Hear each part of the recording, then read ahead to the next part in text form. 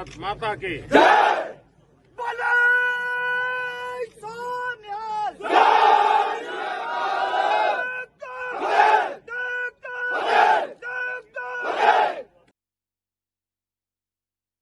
പാകിസ്ഥാൻ മുന്നറിയിപ്പുമായി പ്രധാനമന്ത്രി നരേന്ദ്രമോദിയുടെ കാശ്മീർ സന്ദർശന പ്രസംഗം.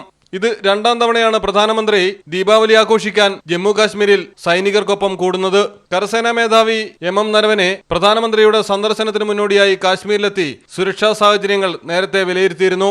ശ്രീനഗറിൽ ലാൻഡ് ചെയ്ത ശേഷം മോദി നിയന്ത്രണ രേഖയ്ക്ക് സമീപത്തുള്ള രജൌരി ജില്ലയിലെ നൌഷേര സെക്ടറിലെത്തി. സൈനിക കുടുംബത്തിലെ ഒരംഗമായാണ് താൻ എത്തിയതെന്ന് മോദി സൈനികരെ അഭിസംബോധന ചെയ്യവേ പറഞ്ഞു. രാജ്യസുരക്ഷയാണ് നമുക്ക് പ്രധാനമെന്നും അതിൽ ഒരു വിട്ടുവീഴ്ചയ്ക്കും നമ്മൾ തയ്യാറാകില്ലെന്നും ഇന്ത്യയുടെ മിന്നലാക്രമണത്തെ ഓർമ്മപ്പെടുത്തി പ്രധാനമന്ത്രി പറഞ്ഞു. സർജിക്കൽ സ്ട്രൈക്ക് രാജ്യത്തിന് നൽകിയ സംഭാവന വലുതാണെന്നും മിന്നലാക്രമണത്തിന് ശേഷം കാശ്മീരിൽ അശാന്തിയുണ്ടാക്കാൻ ശ്രമം നടക്കുന്നുണ്ടെന്നും ഭീകരതയെ ചെറുത്തു തോൽപ്പിക്കാൻ രാജ്യത്തിന് കഴിയുമെന്നും സൈന്യത്തിൽ ചേരുന്നത് ഒരു ജോലിയല്ലെന്നും ഒരു സേവനമാണെന്നും നമ്മുടെ പെൺകുട്ടികൾ സൈന്യത്തിന്റെ ഭാഗവാക്കുകളാവുകയാണെന്നും പ്രധാനമന്ത്രി പറഞ്ഞു. ऐसे अनेकों स्थानीय किशोरों ने ब्रिगेडियर मोहम्मद उस्मान के मार्गदर्शन से बाल सैनिक की भूमिका निभाई थी. उन्होंने अपने जीवन की परवाह न करते हुए उतनी कम उम्र में देश की सेना के साथ कंधे से कंधा मिलाकर के काम किया था, सेना की मदद की थी. नौशेरा के शौर्य का ये सिलसिला तब से जो शुरू हुआ, न कभी रुका है न कभी झुका है. यही तो नौशेरा है.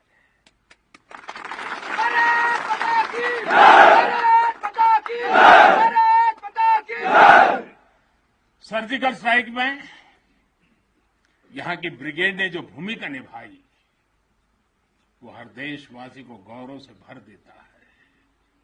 और वो दिन तो मैं हमेशा याद रखूंगा, क्योंकि मैं कुछ तय किया था सूर्यास्त के पहले कि सब लोग लौट करके आ जाने चाहिए. और मैं हर पल फोन की घंटी पर टिकटिका के बैठा हुआ था कि आखिर से आखिर मेरा जवान पहुंच गया क्या, और कोई भी नुकसान किए बिना ये मेरे वीर जवान लौट करके आ गए, पराक्रम करके आ गए, सिद्धि प्राप्त करके आ गए. भारत माता की जय! भारत माता की जय! भारत माता की जय! सर्जिकल स्ट्राइक के बाद यहां अशांति फैलाने के अनगिनत कुत्सित प्रयास हुए, आज भी होते हैं, लेकिन हर बार आतंकवाद को मुंह तोड़ जवाब मिलता है. असत्य और अन्याय के खिलाफ इस धरती में एक स्वाभाविक प्रेरणा है, माना जाता है. और मैं मानता हूं ये अपने आप में बड़ी प्रेरणा है. ऐसा माना जाता है कि पांडवों ने भी अज्ञातवास के दौरान अपना कुछ समय इसी क्षेत्र में व्यतीत किया था. आज आप सबके बीच आकर मैं अपने आप को यहां की ऊर्जा से जुड़ा हुआ महसूस कर रहा हूं. साथियों, इस समय देश अपनी आजादी के 75 वर्ष का पर्व मना रहा है. आजादी का अमृत महोत्सव गुलामी के लंबे कालखंड में असंख्य बलिदान देकर हमने ये आजादी हासिल की है.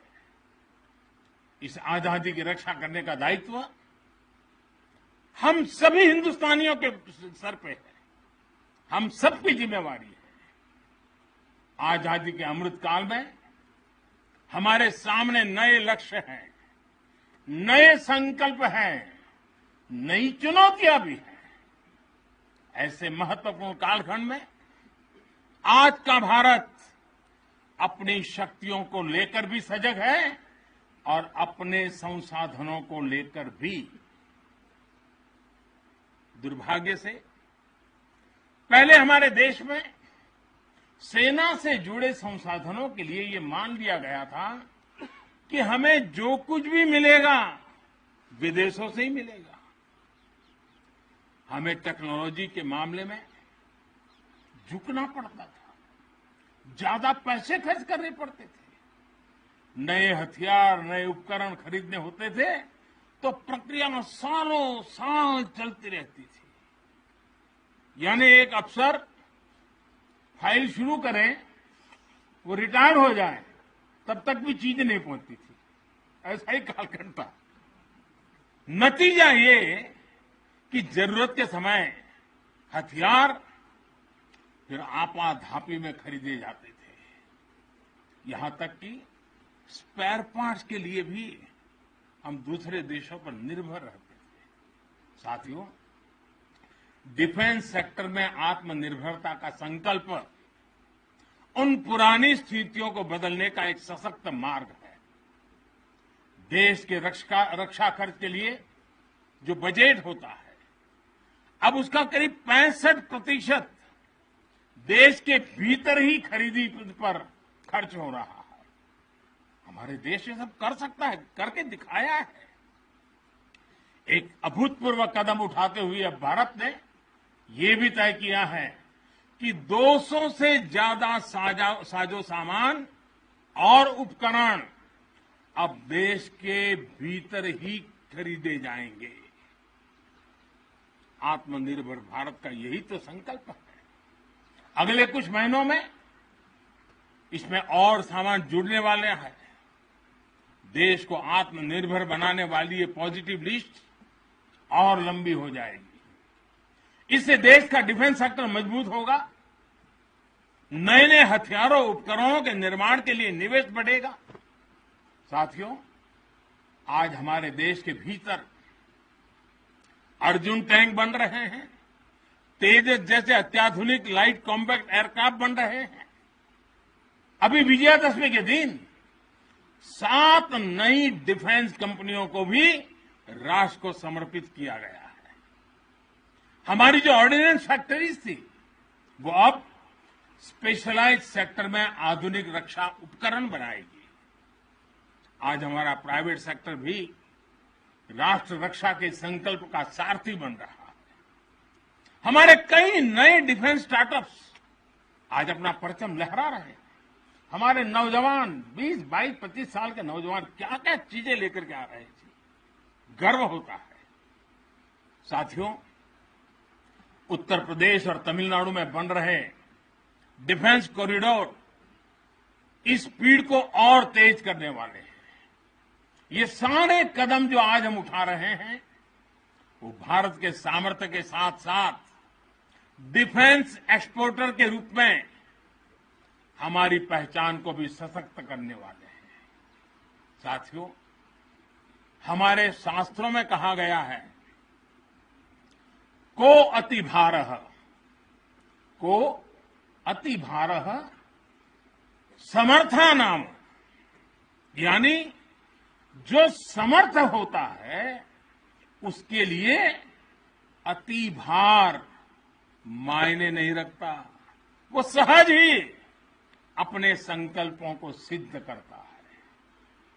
इसलिए आज हमें बदलती दुनिया, युद्ध के बदलते स्वरूप के अनुसार ही अपनी सैन्य शक्ति को भी बढ़ाना है, उसको नए ताकत के साथ ढालना भी है।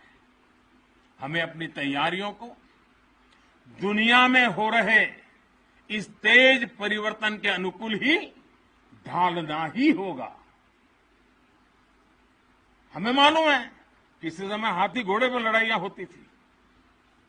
अब कोई सोच नहीं सकता हाथी घोड़े की लड़ाई, रूप बदल गया। पहले शायद युद्ध के रूप बदलने में दशकों लग जाते होंगे, शताब्दियां लग जाती होगी। आज तो सुबह एक तरीका होगा तो शाम को दूसरा तरीका होगा लड़ाई का। इतनी तेजी से टेक्नोलॉजी अपनी जगह बना रही है। आज की युद्ध कला सिर्फ ऑपरेशंस के तौर तरीकों तक ही सीमित नहीं है। आज अलग अलग पहलुओं में बेहतर तालमेल, टेक्नोलॉजी और हाइब्रिड टैक्टिक्स का उपयोग बहुत बड़ा फर्क डाल सकता है। संगठित नेतृत्व एक्शन में बेहतर समन्वय आज बहुत जरूरी है। इसलिए बीते समय से हर स्तर पर लगातार रिफॉर्म्स किए जा रहे हैं। चीफ ऑफ डिफेंस स्टाफ की नियुक्ति हो या डिपार्टमेंट ऑफ मिलिट्री अफेयर्स का गठन, ये हमारी सैन्य शक्ति को बदलते समय के साथ कदम ताल करने में अहम रोल निभा रहे हैं। साथियों, आधुनिक बॉर्डर इंफ्रास्ट्रक्चर भी हमारी सैन्य ताकत को और मजबूत करने वाला है।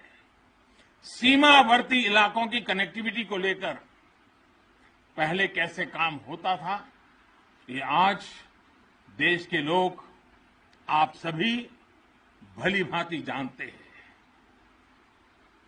अब आज लद्दाख से लेकर के अरुणाचल प्रदेश तक, जैसलमेर से लेकर के अंडमान निकोबार द्वीप तक, हमारे बॉर्डर एरियाज में, हमारे समुद्री तट पर जहां सामान्य कनेक्टिविटी भी नहीं होती थी, आज वहां आधुनिक रोड, बड़े बड़े टनल्स, पूल और ऑप्टिकल फाइबर जैसे नेटवर्क बिछाए जा रहे हैं। इससे हमारी डिप्लॉयमेंट कैपेबिलिटी में तो भूतपूर्व सुधार हुआ ही है। सैनिकों को भी अब बहुत अधिक सुविधा हो रही है। साथियों, नारी शक्ति को नए और समर्थ भारत की शक्ति बनाने का गंभीर प्रयास बीते 7 सालों में हर सेक्टर में किया जा रहा है। देश की रक्षा के क्षेत्र में भी भारत की बेटियों की भागीदारी अब नई बुलंदी की तरफ बढ़ रही है। नेवी और एयरफोर्स में अग्रिम मोर्चों पर तैनाती के बाद अब आर्मी में भी महिलाओं की भूमिका का विस्तार हो रहा है।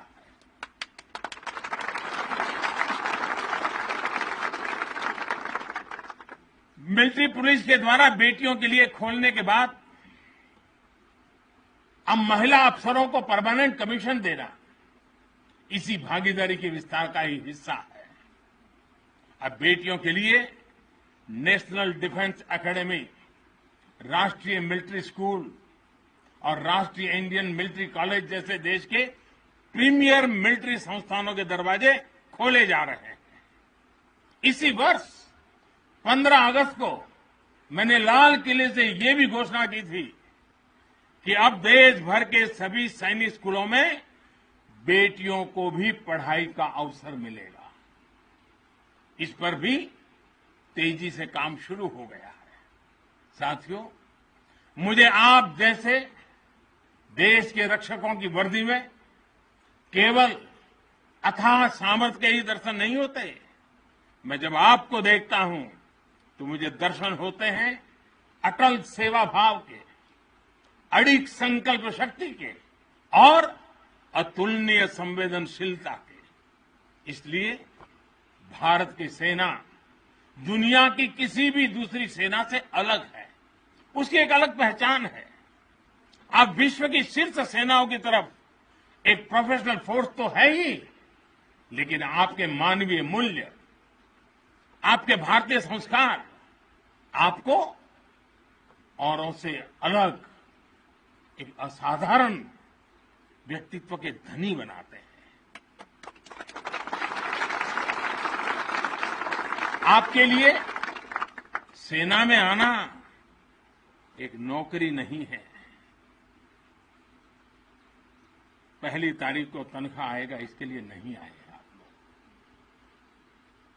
आपके लिए सेना में आना एक साधना है, साधना। जैसे कभी ऋषि मुनि साधना करते थे ना, मैं आपके हर एक के भीतर वो साधक का रूप देख रहा हूं। और आप मां भारती की साधना कर रहे हैं।